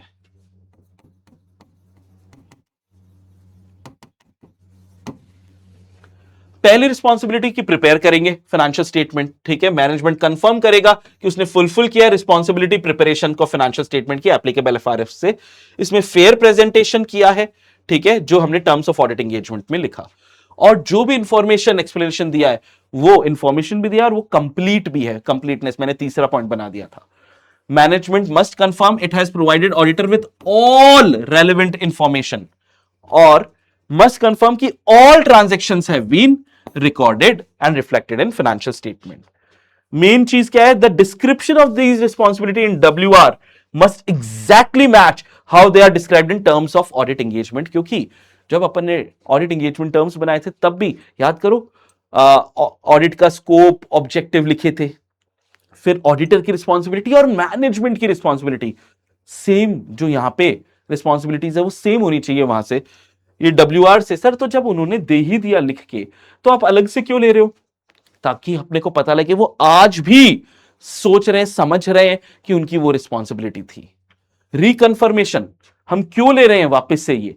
क्योंकि हो सकता है सर पहले जिस मैनेजमेंट ने हमें साइन किया था एज एन ऑडिटर, अब वो उस जगह है ही नहीं, चेंज हो गया है। कई सारे कारण हैं और ये कारण एग्जाम में ये अभी लिखे हुए कि क्यों आप वापस से इनसे ले रहे हो। While the initial representation draws on the terms of audit engagement, auditor may ask management to reconfirm its acknowledgement and understanding of the responsibility. ये कब कब हम reconfirmation पक्का पक्का लेंगे?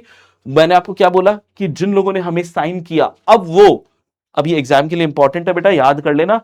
The signatories who signed the terms of audit engagement on behalf of the entity no longer have the relevant responsibility. अब उनके पास ये जिम्मेदारियां अगर नहीं है तो भाई ऑप्शन नहीं है। The terms of audit engagement पिछले साल बनाए गए थे, प्रीवियस ईयर में बनाए गए थे। देयर इज एनी इंडिकेशन कि मैनेजमेंट को कोई मिसअंडरस्टैंडिंग हो गई थी उन रिस्पॉन्सिबिलिटी के बारे में, changes in circumstances makes it appropriate to do so.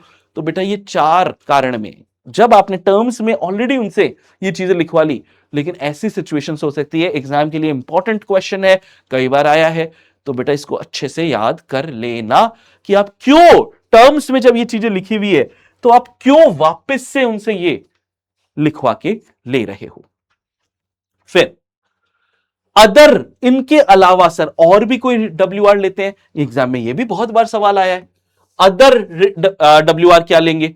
तो भाई साहब हम एक लेंगे appropriateness of selection and application of accounting policy का, liabilities both actual and contingent के लिए लेंगे, एसेट्स रिलेटेड कि एसेट का title, control over assets, laws, regulation, contracts को जो फाइनेंशियल स्टेटमेंट को अफेक्ट करते हैं उनको फुलफिल किया क्या, ये तो लेंगे ही लेंगे। इसके अलावा एक चीज और लिखवाएंगे उनसे कि भाई तो लिख के दे दे कि तेरे को जो भी इंटरनल कंट्रोल में गड़बड़ियां पता थी तूने हमें सब बता दी है, ताकि बाद में हमें पता लगा ना कि तुझे पता था और तूने छुपा लिया था तो बैंड बजाएंगे। A specific representation that management has communicated auditor all deficiencies in internal control, जिसको मैनेजमेंट के बारे, जिसको पता था, ये भी लिख के देते। ये तो चलो जनरल है, लेकिन एक ये भी हम लेंगे। These supplement but do not form part of the foundational WR relating to management's responsibility. तो पहले हमने मैनेजमेंट की responsibility, preparation of financial statement, information and completeness, वो वाला कर लिया। ये एडिशनल नहीं, ये अदर लेते। एडिशनल तो एक वो डेफिशिएंसी वाला था। फिर कुछ स्पेसिफिक असर्शन रिलेटेड भी WR लिया जाता है। Capturing judgments and intention when obtaining evidence about management's judgment and intentions, जैसे the intent to hold an investment to maturity, बीच में नहीं बेच रहे, written representations are necessary but still not sufficient on their own. तो entity की past history on carrying out उनके stated intentions के बारे में आप WR ले लोगे। एंटिटी का रीजन क्या है कोई भी कोर्स ऑफ एक्शन को करने का, एंटिटी के पास कैपेबिलिटी, एबिलिटी है क्या कि वो ये कोर्स ऑफ एक्शन कर लेगी, और क्या कोई ऐसी इंफॉर्मेशन आपके पास एग्जिस्ट करती है या नहीं करती, lack of other information during the audit that may be inconsistent with management's judgement और इंटेंशन, कि क्या कोई ऐसी इंफॉर्मेशन कहीं सुनी, कहीं से पता लगी कि मैनेजमेंट अपने इंटेंशन को पूरा नहीं करेगा, ऐसा कुछ इंफॉर्मेशन है, या लैक ऑफ सच इंफॉर्मेशन कि ऐसा कहीं से कुछ नहीं सुनने में आ रहा कि मैनेजमेंट अपने इंटेंशन को पूरा नहीं करेगा। ये कुछ स्पेसिफिक 4 नंबर के लिए 4 ये भी आ सकता है। आपने रेगुलर में तो बेटा इसको बहुत ज्यादा अच्छे से याद किया, लिखा है, लेकिन रिवीजन में इनको अच्छे से कर लेना। इसीलिए WR में से बहुत सारे सवाल बन सकते हैं, इस पे अच्छे से फोकस करना। इनफैक्ट ये छोटी छोटी चीजें जो हैं इन पे भी सवाल आ जाते हैं कि सर डेट क्या होनी चाहिए WR की। देखो डेट ऑफ फाइनेंशियल स्टेटमेंट से लेके डेट ऑफ ऑडिट रिपोर्ट, अब ऑडिट रिपोर्ट की डेट के जितना करीब, उसके बाद तो नहीं, लेकिन जितना करीब होना उतना बेहतर है, ठीक है। Must be dated as near as practicable but not after the date of audit report, क्योंकि auditor is concerned about events only up to the date of, ठीक है, audit report. The auditor's opinion can not be expressed and the report can not be dated before the date of. भाई obviously पहले WR होगी, उसके बाद audit report होगी, और WR भी इसके बाद नहीं हो सकते, इससे पहले होंगे, और ये इससे पहले नहीं हो सकता, इसके बाद ही होगा. बस इतनी सी बात है, और एग्जाम में इन पे सवाल बन जाते हैं. ऐसा ही एक और है, ठीक है, पीरियड, कि सर आपके डब्ल्यूआर किस पीरियड के होने चाहिए. तो भाई साहब सुनो, जिस पीरियड का फाइनेंशियल स्टेटमेंट बना है उस पीरियड का डब्ल्यूआर होगा जो मिनिमम 12 मंथ्स का होना चाहिए. पूरे पीरियड का, ऐसा नहीं मैं सिर्फ आपको एक महीने का, मैं तो नया आया हूं, मैं तो पुराना मैनेजमेंट पुराने का देगा, मैं तो एक महीने से मैनेजमेंट हूं, मैं तो एक महीने का ना. पूरे पीरियड का डब्ल्यूआर, जिस पीरियड का एफएस है और जो मिनिमम 12 मंथ्स होना चाहिए उसका डब्ल्यूआर देना पड़ेगा. The basic rule for WR shall be for all financial statement and periods referred in the auditor's report. Management must reaffirm previous representation remain appropriate.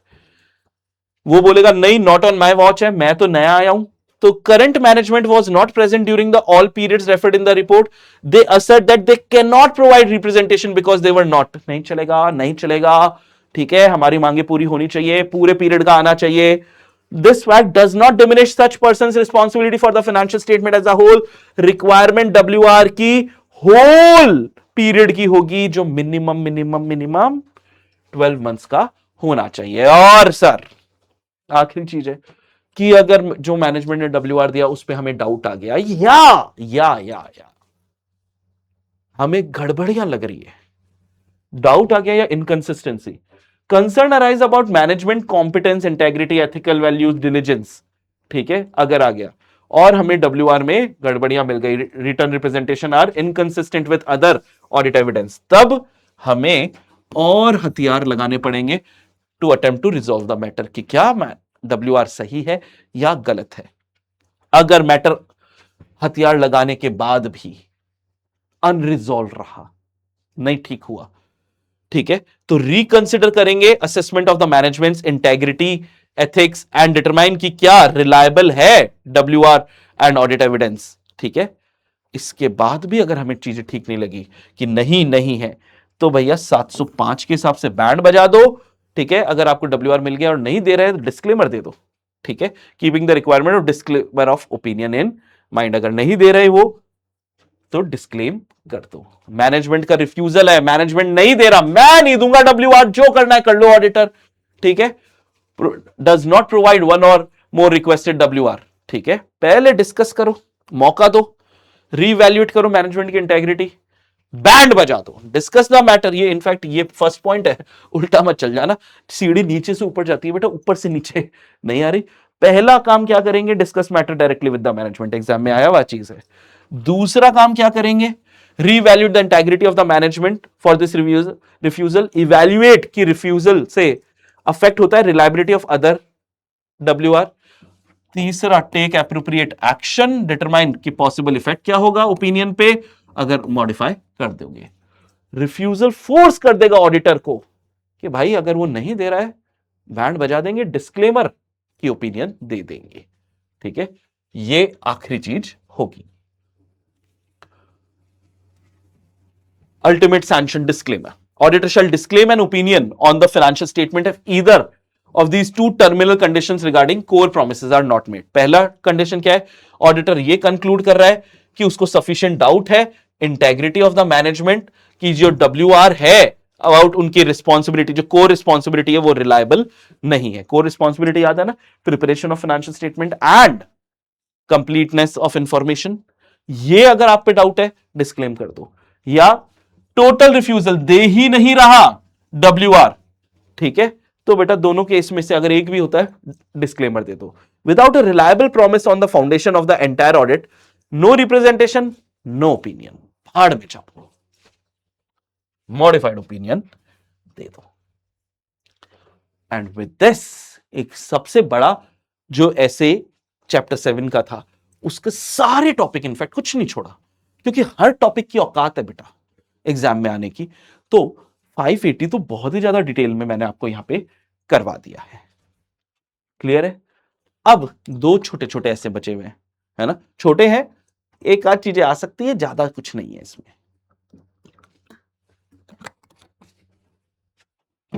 ऐसे 260 एंड ऐसे 265, भाई भाई भाई भाई भाई भाई भाई भाई भाई। तो ऐसे 260, ऐसे 260,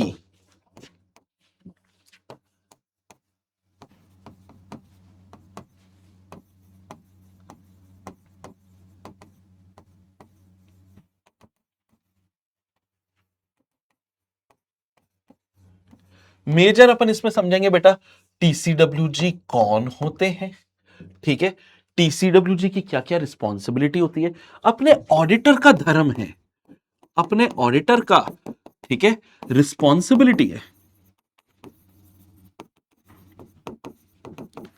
कि भाई कम्युनिकेट करना है किससे,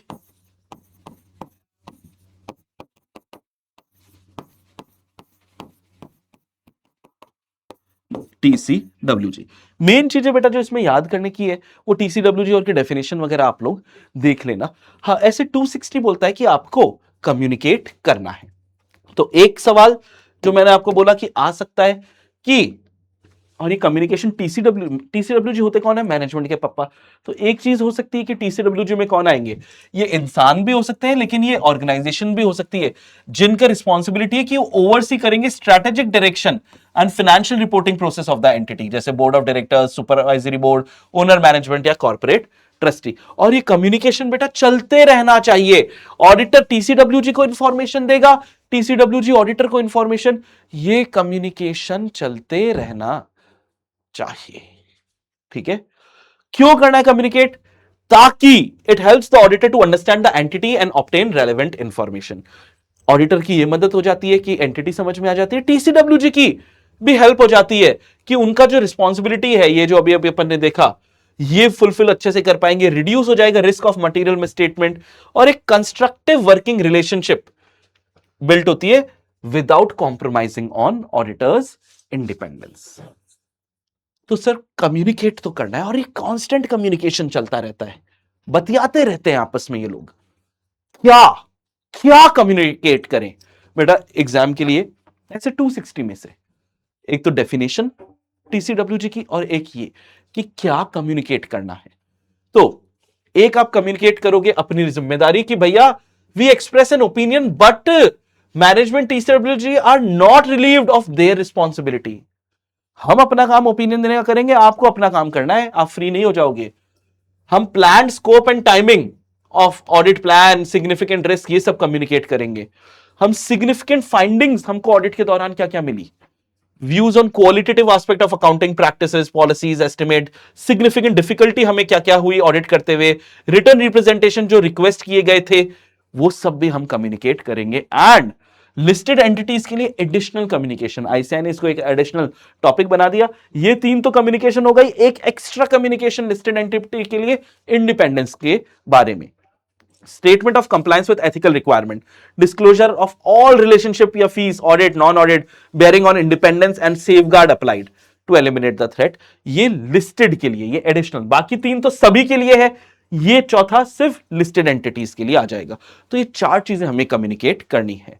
ये communication writing में होना चाहिए, लेकिन अगर कभी कभार oral communication भी कर दिया वो इनएडिक्वेट होता है। अगर कर भी दिया तो डॉक्यूमेंट करो, किसको किया, कब किया, ये आपको डॉक्यूमेंट करना है। 260 में main exam point of view से या रिकॉल पॉइंट ऑफ व्यू से इतना ही था, टॉपिक ही छोटा है। वैसे 265 भी एक छोटा टॉपिक है बेटा, कोई बहुत ज्यादा इसके अंदर, ठीक है, नाटक नहीं है। हाँ क्वेश्चन बनते हैं, लेकिन वही लिमिटेड क्वेश्चन। 265 क्या है कि सर अभी भी, ठीक है, अभी भी इसी से रिलेटेड है 265, ठीक है। 265 में क्या होने वाला है,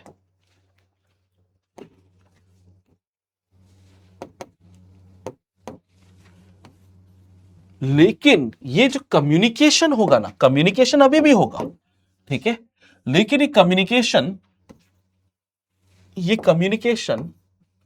नहीं, ऊपर ही लिख देते हैं, ऑफ सिग्निफिकेंट इंटरनल कंट्रोल में मैनेजमेंट टीसीडब्ल्यूजी को आप क्या बताओगे? सिग्निफिकेंट डेफिशिएंसी बताओगे। ठीक है, मैनेजमेंट टीसीडब्ल्यूजी को, ठीक है, आप जो उनके इंटरनल कंट्रोल में गड़बड़ियां ये आप बताओगे। क्यों बताओगे? देखो सर, हमारा काम, हम जब एसेज कर रहे हैं, जब हम स्टैट्यूटरी ऑडिट की नजर से इसको पढ़ रहे हैं, हमारा काम ये नहीं है कि इंटरनल कंट्रोल्स पे ओपिनियन दे, जी नहीं। लेकिन अगर सिग्निफिकेंट डेफिशिएंसी है जिसकी वजह से मेरी ऑडिट पे इंपैक्ट पड़ जाता है, तो ये ऐसे 265 के हिसाब से मुझे कम्युनिकेट करना है। तो कोर रूल भाई इसका क्या है? कोर रूल क्या है? The auditor consider internal control to design. हमारा काम इंटरनल कंट्रोल्स को चेक करने का नहीं है। हमारा काम, हम इंटरनल कंट्रोल को क्यों कंसिडर करते हैं? ताकि हम डिजाइन कर सके ऑडिट के procedure, not to express an opinion on effectiveness of internal control. सिर्फ हमारे हथियार आपके कंट्रोल्स पर डिपेंड करते हैं। But if we find a hole we must report it. Deficiency का क्या मतलब है? कि ऑडिटर का काम नहीं होता है, मैनेजमेंट का काम होता है कि मैनेजमेंट कंट्रोल को डिम करे, डिजाइन, इंप्लीमेंट एंड ऑपरेट, यानी यहां पे मेंटेन, DIM, मेंटेन करे इन अ वे दैट, अगर कंट्रोल का काम होता है कि वो पीडीसी कर पाए, प्रिवेंट, डिटेक्ट, करेक्ट कर पाए मटेरियल मिसस्टेटमेंट को टाइमली बेसिस पे। लेकिन अगर वो अनएबल टू प्रिवेंट, डिटेक्ट और करेक्ट मिसस्टेटमेंट्स टाइमली, ठीक है, तो इसको हम डेफिशिएंसी बोलेंगे। या कंट्रोल है ही नहीं, मिसिंग ही है, तो हम इसको डेफिशिएंसी इन इंटरनल कंट्रोल बोलेंगे। अगर ये डेफिशिएंसी छोटी छोटी बहुत सारी डेफिशिएंसी इकट्ठी हो गई, या एक अकेली डेफिशिएंसी बहुत बड़ी हो गई, तो हम इसको सिग्निफिकेंट डेफिशिएंसी बोल देते हैं, है ना। हम छोटी मोटी डेफिशिएंसी का नाटक नहीं रखते बेटा, significant deficiency in internal control को हम लोग चेक करते हैं। तो गोल है ऐसे 265 का, requires auditor to communicate deficiencies that in professional judgement sufficient importance to merit attention. मतलब ये सिग्निफिकेंट है, ये सिग्निफिकेंट है। तो सर हमारा नाटक सिग्निफिकेंट डेफिशिएंसीज के लिए है, छोटी मोटी डेफिशिएंसीज के लिए नहीं है। तो डेफिशिएंसी या कॉम्बिनेशन ये इतनी इंपॉर्टेंट है कि वो मेरिट करे अटेंशन ऑफ टीसीडब्ल्यूजी, तो उसको हम सिग्निफिकेंट डेफिशिएंसी बोल देते हैं। Misstatements don't actually have to occur for a deficiency to be significant. हमारे लिए इंडिकेटर्स क्या है सिग्निफिकेंट डेफिशिएंसी के? एग्जाम में ये सवाल आ जाता है और यही आ जाता है, ठीक है। हमें एविडेंस ही मिल गया सर कि इनएफेक्टिव कंट्रोल एनवायरनमेंट है, मैनेजमेंट खुद ही फ्रॉड कर रही है, ठीक है, वो प्रिवेंट नहीं हो रहा, टीसीडब्ल्यूजी मेन ट्रांजैक्शन को चेक नहीं कर रहे, absence of risk assessment procedure management कर ही नहीं रहा। हमसे पहले तो रिस्क असेसमेंट प्रोसीजर मैनेजमेंट को करना है, वो नहीं कर रहा। मिसस्टेटमेंट डिटेक्टेड बाय ऑडिटर, लेकिन इंटरनल कंट्रोल ने मिस कर दिया। Disclosure of material misstatement as a prior period item बना के छोड़ रहे हैं। Management failure to implement remedial action for past डेफिशिएंसियां थी, उसको मैनेजमेंट ठीक नहीं कर रहा। ये सारे इंडिकेटर्स हैं बेटा जो आपको याद करने हैं, बुरी तरीके से याद करने हैं, क्योंकि 265 में से यही सवाल बनते हैं, ठीक है। Who needs to be communicated? भैया मैनेजमेंट को भी कम्युनिकेट करना है। मैंने आपको लिख के, इसलिए बार बार मैं यहां पे लिख में एक्स्ट्रा क्या लिख दिया था, बार बार मैनेजमेंट लिख दिया था, कि आपको सिर्फ टीसीडब्ल्यूजी ही नहीं, आपको मैनेजमेंट को भी कम्युनिकेट करना है, ठीक है। मैनेजमेंट को क्या कम्युनिकेट करोगे? सिग्निफिकेंट डेफिशिएंसी, अनलेस अगर मैनेजमेंट की खुद की गलती है तो वो आप मैनेजमेंट को थोड़ी कम्युनिकेट करोगे, वो तो उनके पापा को ही करोगे। तो मैनेजमेंट को आप कम्युनिकेट करो significant deficiency unless inappropriate, plus other deficiencies important enough to merit attention. Writing में करोगे, ठीक है, रिटर्न और ओरल। सिग्निफिकेंट के लिए तो राइटिंग, छोटी मोटी के लिए ओरल भी चलेगा। टीसीडब्ल्यूजी को significant deficiency must be in writing, timely basis पे होना चाहिए। The written communication must explain कि ऑडिटर का पर्पस ऑडिट करना था, ओपिनियन देना था फाइनेंशियल स्टेटमेंट पे, ना कि इंटरनल कंट्रोल की इफेक्टिवनेस पे।